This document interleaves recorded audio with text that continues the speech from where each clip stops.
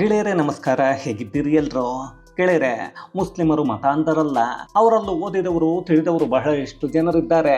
ನಮ್ಮ ದೇಶ ಜಾತ್ಯತೀತ, ನಾವು ಸೆಕ್ಯುಲರ್ಗಳು ಅಂತ ಬಹಳಷ್ಟು ಜನರು ಹೇಳ್ತಾನೆ ಇರ್ತಾರೆ, ಅದನ್ನು ನಾವು ಕೇಳ್ತಾನೆ ಇದ್ದೀವಿ. ಆದರೆ ಮುಸಲ್ಮಾನರು ಹೆಚ್ಚು ಹೆಚ್ಚು ಓದಿದ್ರೆ ದೇಶಕ್ಕೆ ಅಪಾಯ ಅನ್ನೋದು ಮತ್ತೆ ಮತ್ತೆ ಸಾಬೀತಾಗ್ತಾ ಇದೆ. ಅದಕ್ಕೆ ಕಾರಣ ಆಗ್ತಾ ಇರೋದು ಆ ಒಂದು ಘಟನೆ, ಅದೇ ಕಾರ್ಪೊರೇಟ್ ಜಿಹಾದ್. ಇಲ್ಲಿಯವರೆಗೂ ಲವ್ ಜಿಹಾದ್ ಹೆಸರಲ್ಲಿ ಹಿಂದೂ ಹೆಣ್ಣು ಮಕ್ಕಳನ್ನು ಬಲೆಗೆ ಬೀಳಿಸಿಕೊಳ್ತಾ ಇದ್ದ ಬಹಳಷ್ಟು ಪ್ರಕರಣಗಳನ್ನು ನಾವೆಲ್ಲರೂ ನೋಡಿದ್ದೀವಿ. ಈಗ ನಿಮ್ಮ ಮನೆಯ ಹೆಣ್ಣು ಮಕ್ಕಳು ಕೆಲಸಕ್ಕೆ ಹೋದರೂ ಸೇಫ್ ಅಲ್ಲ ಅಂದರೆ ನಂಬ್ತೀರಾ? ಖಂಡಿತ ನಂಬಲೇಬೇಕು.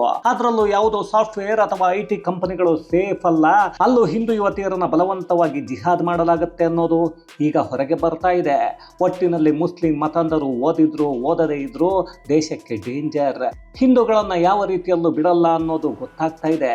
ಹಾಗಾದರೆ ಬಹಳಷ್ಟು ಓದಿರೋ ಮುಸ್ಲಿಂ ಮತಾಂಧರು ಆ ದೊಡ್ಡ ಕಂಪನಿಯಲ್ಲಿ ಹಿಂದೂ ಹೆಣ್ಣು ಮಕ್ಕಳಿಗೆ ಮಾಡಿದ್ದೇನೋ, ಅದೆಷ್ಟು ವರ್ಷಗಳಿಂದ ನಡೀತಾ ಇತ್ತು ಇಂತಹ ಕರ್ಮಕಾಂಡ.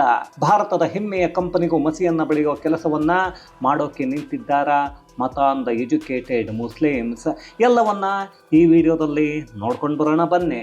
ಗೆಳೆಯರೆ, ಭಾರತದಲ್ಲಿ ಅಲ್ಲೆಲ್ಲೋ ಲವ್ ಜಿಹಾದ್ ಆಯಿತು ಅನ್ನೋದನ್ನು ಒಂದು ಕಾಲದಲ್ಲಿ ಕೇಳ್ತಾ ಇದ್ವಿ. ಇತ್ತೀಚಿನ ದಿನಗಳಲ್ಲಿ ನಮ್ಮದೇ ರಾಜ್ಯದಲ್ಲೂ ಲವ್ ಜಿಹಾದ್ ಪ್ರಕರಣಗಳು ಬಹಳಷ್ಟು ನಡೀತಾ ಇವೆ. ಅದರಿಂದ ಅದೆಷ್ಟೋ ಹಿಂದೂ ಹೆಣ್ಣು ಮಕ್ಕಳ ಜೀವನ ಹಾಳಾಗಿ ಹೋಗಿದೆ, ಜೀವ ಹೋಗಿದೆ.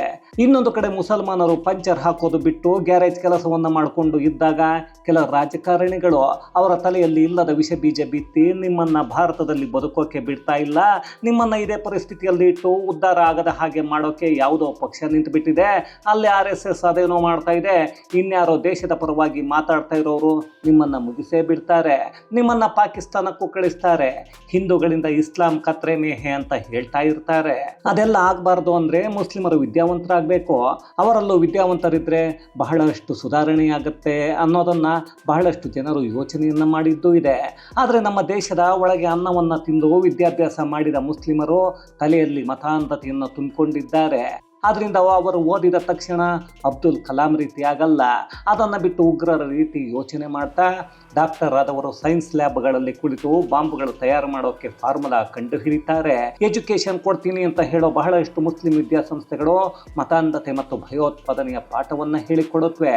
ಅದೇ ಯೂನಿವರ್ಸಿಟಿಗಳಿಗೆ ವಿದೇಶದಿಂದ ಹಣ ಹರಿದು ಬರುತ್ತೆ. ಅದೇ ರೀತಿ ಲವ್ ಜಿಹಾದ್ ಮಾಡೋಕೆ ಇಳಿಯೋ ಮುಸ್ಲಿಂ ಯುವಕರಿಗೆ ಲಕ್ಷ ಲಕ್ಷ ದುಡ್ಡು ಹರಿದು ಬರುತ್ತೆ. ಕಣ್ಣಿಗೆ ಬೇಕಾದ ಬೈಕುಗಳನ್ನು ಕೊಡಲಾಗುತ್ತೆ. ಹಿಂದೂ ಹೆಣ್ಣು ಮಕ್ಕಳನ್ನು ಲವ್ ಜಿಹಾದ್ ಮಾಡಿದರೆ ಜಾತಿಯ ಲೆಕ್ಕಾಚಾರದಲ್ಲಿ ದುಡ್ಡನ್ನು ಕೊಡಲಾಗುತ್ತೆ. ದಲಿತ ಯುವತಿಯರನ್ನು ಪ್ರೀತಿ ಬಲೆಗೆ ಬೀಳಿಸಿದರೆ 2 ಲಕ್ಷ.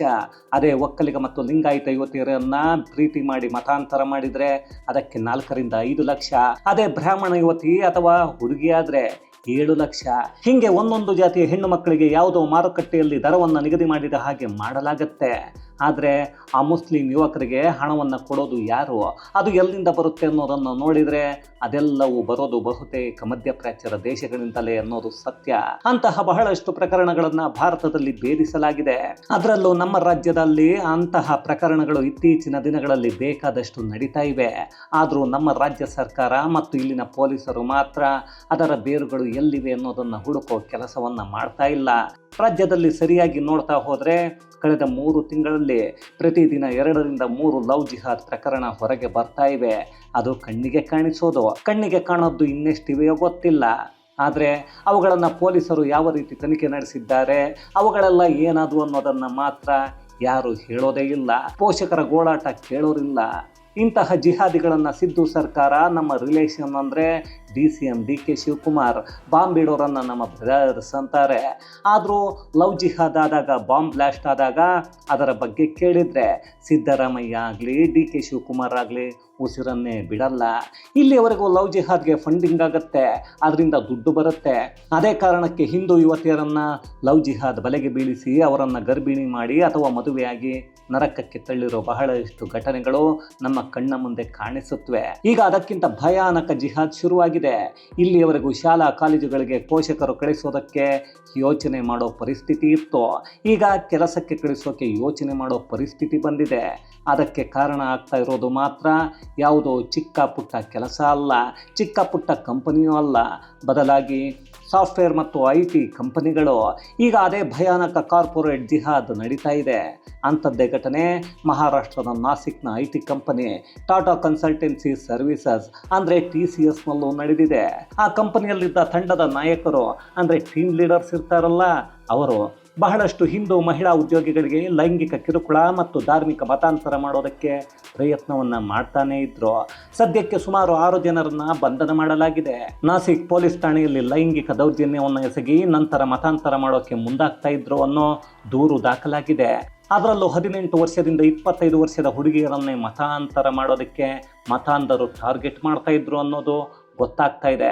ಅದೇ ಕಾರಣಕ್ಕೆ ಈಗ ಆಸಿಫ್ ಅನ್ಸಾರಿ, ಶಫಿ ಶೇಖ್, ಶಾರುಖ್ ಕುರೇಶಿ, ರಜಾ ಮೆಮನ್, ತೌಸಿಫ್ ಅತ್ತರ್ ಮತ್ತು ಅಶ್ವಿನ್ ಚೈನಾನಿ ಅನ್ನೋ 6 ಮಂದಿಯನ್ನು ಬಂಧನ ಮಾಡಲಾಗಿದೆ.